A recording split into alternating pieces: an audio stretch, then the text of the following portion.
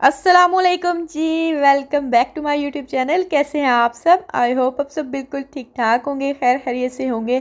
हम सब भी अल्हम्दुलिल्लाह बिल्कुल ठीक ठाक हैं। तो जी आज की वीडियो जो है वो बहुत ख़ास है उन लोगों के लिए जो लोग स्पेनिश नेशनैलिटी लेने के बारे में सोच रहे हैं या जो लोग जो हैं वो कोशिश कर रहे हैं स्पेनिश नेशनैलिटी के लिए।